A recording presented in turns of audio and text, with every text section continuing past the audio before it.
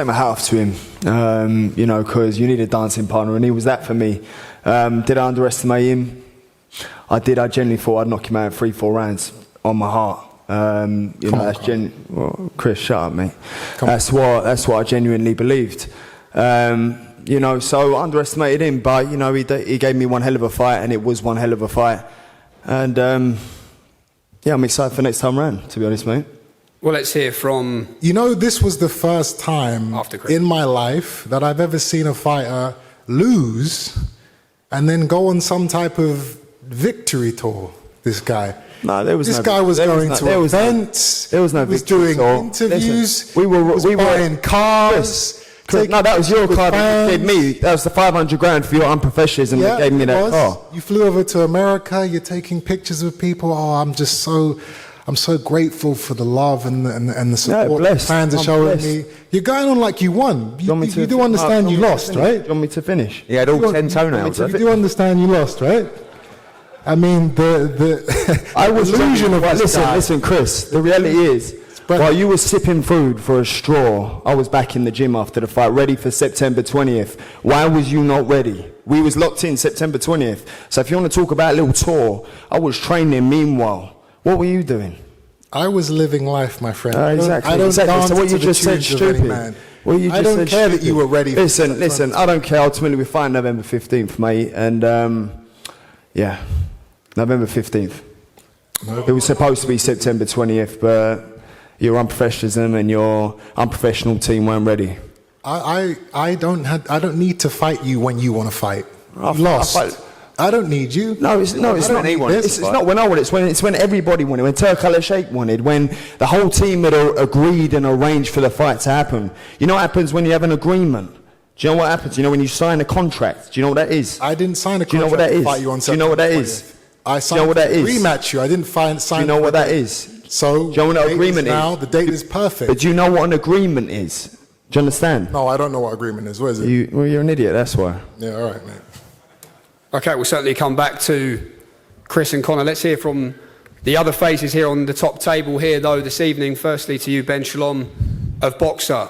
An epic night in April, a big win for your man, Chris Eubank Jr. How do you honestly believe November 15th will compare? Look, I want to thank Riyadh Season and Salah and the ring for making this possible again. I think the first fight brought the popularity back to British boxing. It was the biggest night I've ever been involved in. It was a bigger fight after the fight, thanks to these two warriors, and it was a spectacle that demanded a rematch. It's phenomenal that we've managed to do it again in the same year, but this one will be even bigger. I think Chris Eubank Jr. and what happened and his story and the hurdles that he had to go through endeared himself to the British public like I've never seen before from a British fighter, and it really is the Chris Eubank Jr. show. I have to say, I'm so happy to see Brian McIntyre here in all the fights that I've promoted with Chris. That rematch against Liam Smith was the most focused, was the most dedicated, was the best Chris Eubank Jr. I have seen, and I think Chris will be doing it in even more emphatic fashion on November. Congratulations, Bomac. I mean, the performance Terence put on against Canelo the other day was exceptional. So congratulations to you and the Terence Crawford team. Everyone, give it up for him. Thanks, man. I appreciate that. Promoter Eddie Hearn, let's see how you get on here this evening. Despite the setback for Conor Benn in April, what do you believe changed about the way he is seen within the boxing world? Well, just firstly, Jamie, obviously, just a couple of... You might just going to say 30 seconds about Ricky Hatton. No, there's no 30 seconds. Chris, 1 second. You know the drill, buddy. Chris. You know the drill. I'm not going to sit here and listen to anything you say. Okay. Then I'm an arsehole, I'm a bad guy, I'm a this, I'm a... All I was going to do was say a few words about... No, I don't want to hear any of your few words. Okay, I won't say anything about... Let's move on with the press conference. You're an arsehole. I don't want to hear anything from you. You'll get what's I'm going to speak over you for as long as it takes. You can do that. We know the drill. Let's move on. Okay. You know what? I want to talk about something else. Forget Eddie. I want to talk about the British Boxing Board of Control. And more specifically, a man by the name of Robert Smith. This is the big boss behind the scenes, the head honcho, the man with all the power that controls everything that goes on in professional boxing inside of the United Kingdom. Jesus. This guy's a big deal. He really is. Now, this idiot allowed a room full of media and cameramen into my private weigh-in the day before the fight. Is this when you were sabotaged And again? the time that it took to get these people out contributed to me missing the weight Chris, you turned up over an hour late. and getting fined 500K. You turned up over an hour late. He let Conor Benn fight in gloves filled with horsehair, knowing that it was a direct breach of the contract I had for this fight. On fight night, he personally escorted an arch nemesis of mine, Billy Joe Saunders, to my changing room. So boring. To disrupt and try and ruin my preparations for the biggest fight of my life. So, and then afterwards, he gets into the ring and is trying to shake my hand and congratulate me. I mean, the ball's on this guy. It's viciously clear for me to see that this toad is nothing more than a puppet and a pawn.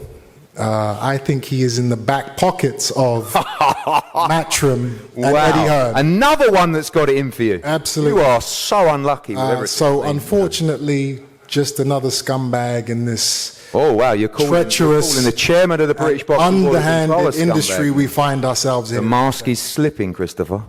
It's unfortunate. Now, continuing on from that, the board, the British Boxing Board of Control, they opened several investigations into some of the things I did in the lead up to the fight. No investigations, by the way, into why my ambulance was stopped from leaving the stadium for 20 minutes, but I guess trying to find out why I was talking about being in a sauna before the fight is much more important. Anyway, the board have graciously awarded me with a multitude of fines over the last 6 months. And my question is, where is this money going? You know, the Boxing Board of Control, they're supposed to be supporting the foundations and governing the community of boxing in Great Britain. So in my eyes, the money that I was being fined should be going to the community, should be going to kids that can't afford equipment. It should be going to local gyms. The money should be going to fighters who have suffered injuries, medical bills. But as far as I can see it, that's not happening. The money simply seems to be lining the pockets of fat cats on the board, like Robert Smith. Don't worry, Ben. It's okay. And you know, it's sad to see. So I'm asking you guys, the media, to shine a light on this situation and find out where is all this money going? Because it's not going to the community. I'll tell you that now. Just food for thought. Well, let's hear from the training teams.